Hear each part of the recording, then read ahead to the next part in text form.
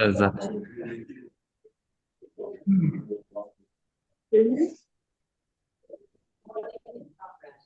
Бул жерде биз өзүбүздүн презентациябызды пока мына жерде бизде бар дизайндардан бирөөсүн тандап алып турайлы. Мисалы мынаны алайлы, создать. Бул жерге биз бир топ барактарды коюп алабыз. Мисалы бул жерге кимди жазалы? Саида? Саида. Фамилиясы ким эле? Болотбекова деп баштай турган болсок, азыр биз автоматтык түрдө мисалы өмүр баяны мына жерге разделдерди коюп алабыз да.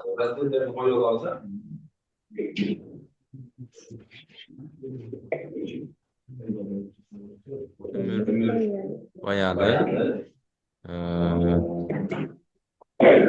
кесиби, ишмердүүлүгү өзүнчө,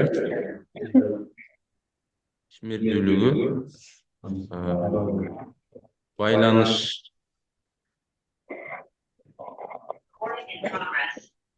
микрофондорду өчүрүп алыңыз, байланыш үчүн маалыматтар. Силер микрофонда звукты да пасайтып алсаңар. Байланыш үчүн маалыматтар.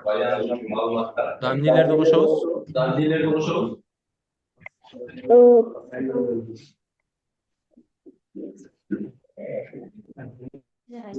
Үй бүлөсү жөнүндө маалымат кошулуп. Бул баарыңардыкы болот да, бир эле Саиданыкы эмес. Үй бүлөсү, фотогалерея же сүрөт топтомдор деп коелучу бир жолу. Сүрөт топтому. Так, жетишкендиктерби? Ийгиликтерин кошуп коелу, ийгиликтери. Бул жерде маалыматты бизге канчалык деңгээлде маанилүүлүгүнө карап тизип койдук да. Мисалы биринчи эле өмүр баяны керек, адам бир өзүнүн маалымат билгиң келип атса, андан ийгиликтери керек болот. Эми бул жерге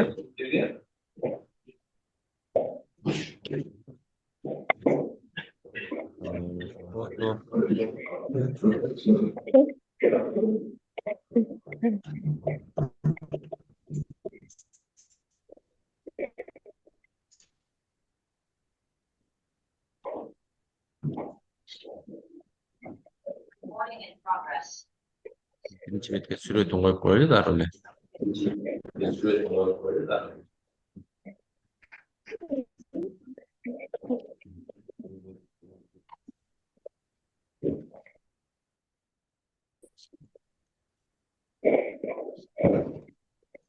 Ал жерге мисалы Саида мына шашып кетет окшойт да бир аз, Мына ошо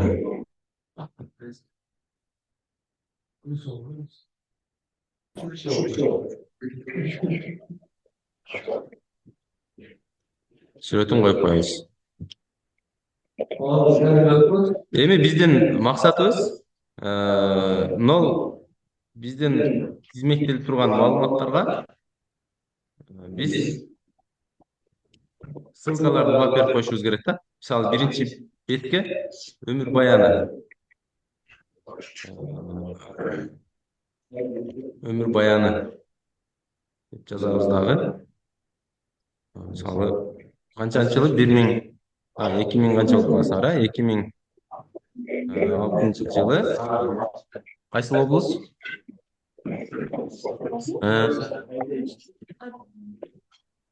Ош облусунун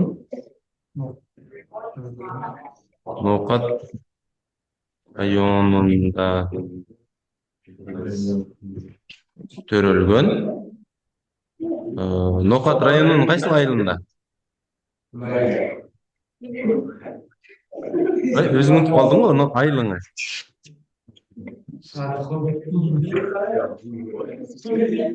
Мань районунда төрөлгөн. Кайсы жылы ошондо 2024 бүттүң ора? 2024 жылы. Мектептин аты кайсыл? Крупская орто мектеби эле? Орто мектебин аяктап ошол эле жылы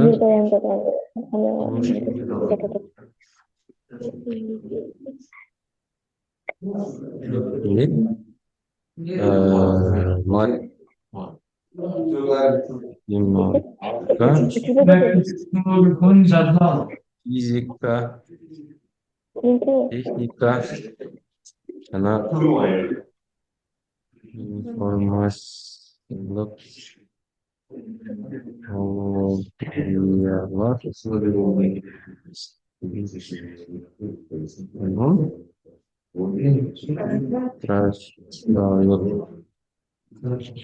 дизайн магистрини биринчи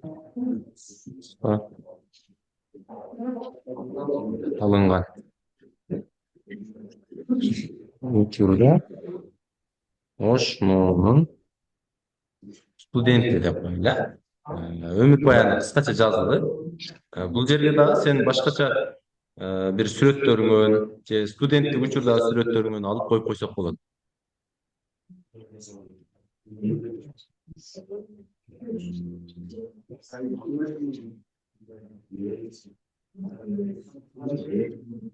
Мисалы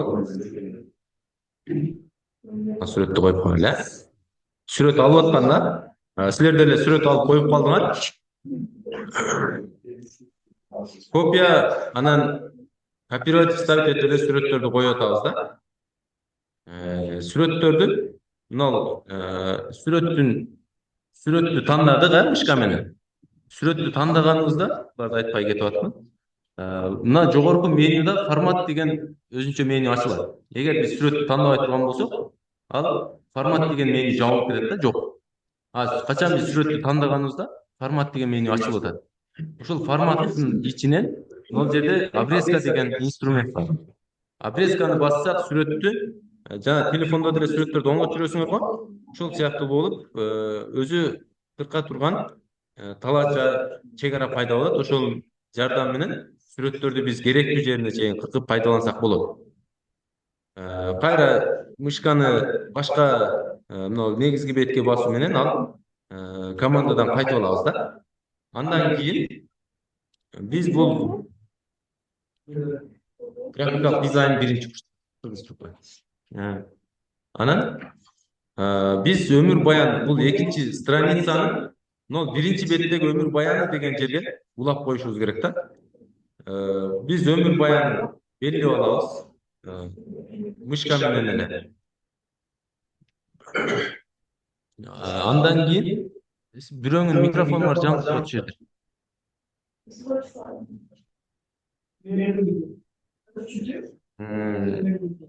Өмүр баянын белгилеп алганыбыздан кийин жогорку менюда ставка дегенди басабыз. Ставканы бассак, мына жерден эле карап коеюнчу бирөө ким микрофон. Sevinçten ким? Sevinçten ошонун немеси жанып калган экен. Өчүрүп койдум. Өчүрүп койдум мен өзүм эле. Мына жерден ставкага келгенибизде гиперссылка деп турат. Гиперссылканы басабыз. Гиперссылканы басканыбызда өзүнчө терезе пайда болду. Көрүнүп турат да жакшы эле. Гиперссылка өзүнчө пайда болду дагы. Бул жерден биз текущий папка, последний файл барды көрүнүп турат да. Эми биз бул жерден ушул эле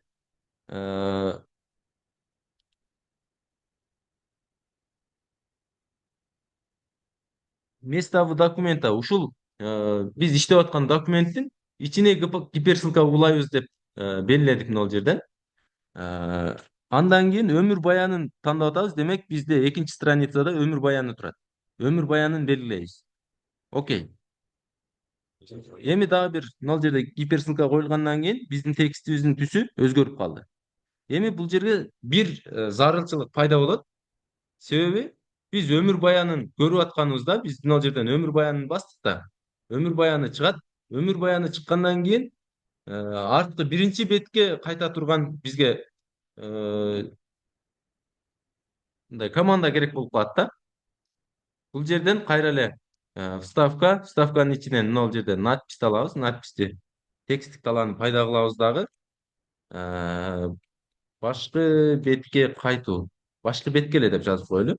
Башкы бетке дегенди дагы кайра эле гиперссылка кылып белгилеп алып туруп, бул жерден вставкадан гиперссылка, бул жер вместо документа буну биринчи бетке алып барып коебуз. Биринчи бетке улап койдук бул гиперссылканы. Окей. Э, Эми бул кандай болот? Биз пока эки эле бетти иштедик. Бул жерде мисалы ийгиликтери деген ийгиликтери өзүнчө разделди коюп туралы бул жака. Ийгиликтерин азыр бир азда жазабыз. Мына жерде башкы бет деген биздин текстибизди да бул жерге жайгаштырып туралы. Башкы беттин биз дарегин өзгөртүп турабыз. Башкы беттин дарегин гиперссылка кылып бул жерде даярдалып турат. Окей. Эми биз презентацияны көрөбүз. F5 менен биз презентацияны демонстрация кылдык. Эми ушул жерден эле мышканын жардамы менен биз каалаган разделибизге кайтышыбыз мүмкүн да. Мына өмүр баянын баса турган болсок, өмүр баяны ачылып калат. Биз презентацияда стрелканын жардамында только кийинки бетке гана өтө алат элек да. Бул жерде азыр мына өмүр баянын бастык эле өмүр баяны ачылды. Кайра башкы бетке ийгиликтери ийгиликтери деген жерди биз пока улай элек экенбиз. Ийгиликтерин да гиперссылка менен улап коебуз. Ал ийгиликтерине үчүнчү слайдыбыз турат.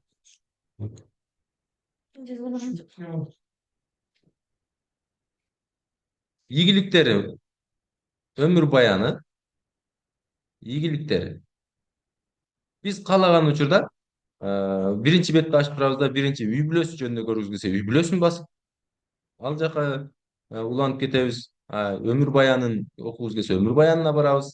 Ийгиликтерине барсак ийгиликтерине кирип окуп кете беребиз да бул жерден. Ошол эле сыяктуу мына жерде ишмердүүлүгү жана башка беттерди бүт өзүнчө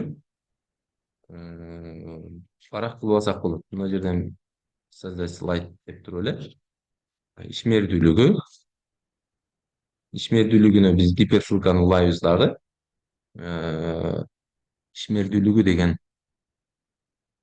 барак улап коебуз. Байланыш үчүн э, бул жерде эми контакт данныйлары болот.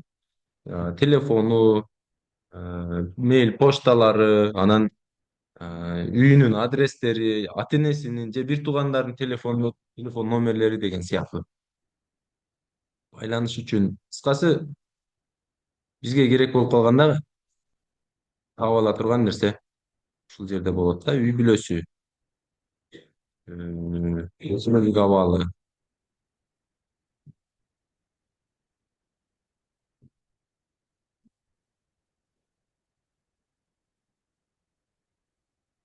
үй бүлөсүндө өзүнчө чакыр. Буну да гиперссылка менен улап коебуз.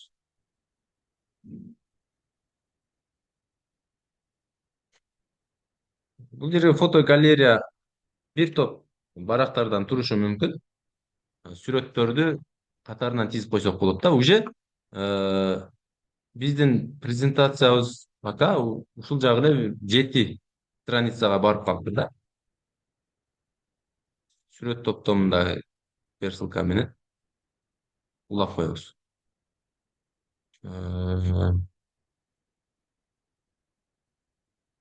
Болду эми мына жерде башкы бетке деген биздин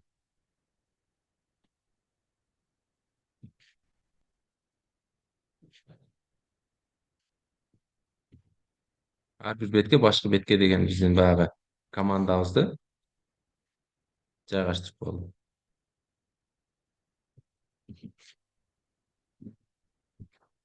Teşekkür ederim. Başka bir.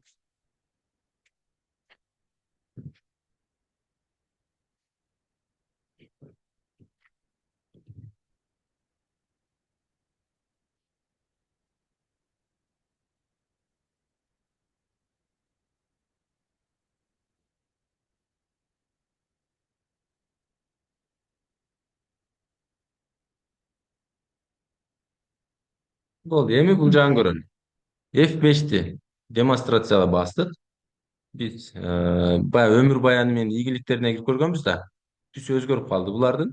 Ишмердүүлүгүнө кирип көрөбүз. Ишмердүүлүгү бул жерге маалыматтарды толук киргизсек, ушул жерден чыгып калат ишмердүүлүгү. Кайра башкы бет, кайра байланыш үчүн маалыматтар, кайра башкы бет, үй бүлөсү жөнүндө маалыматтар бул жерден чыгат. Сүрөт топтому.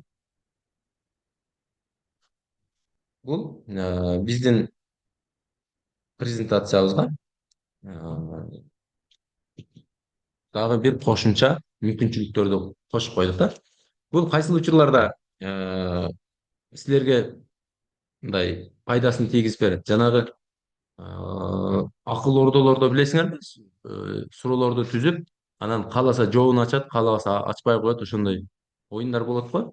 Ошондой учурларда ошол гиперссылка менен жообу жазылган баракчаларга бүт уланат да.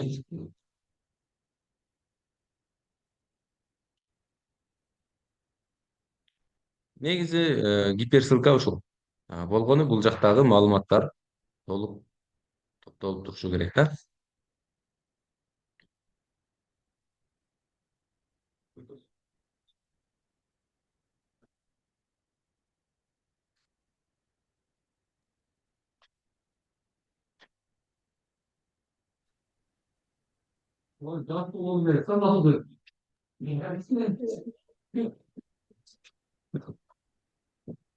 Суроолор барбы?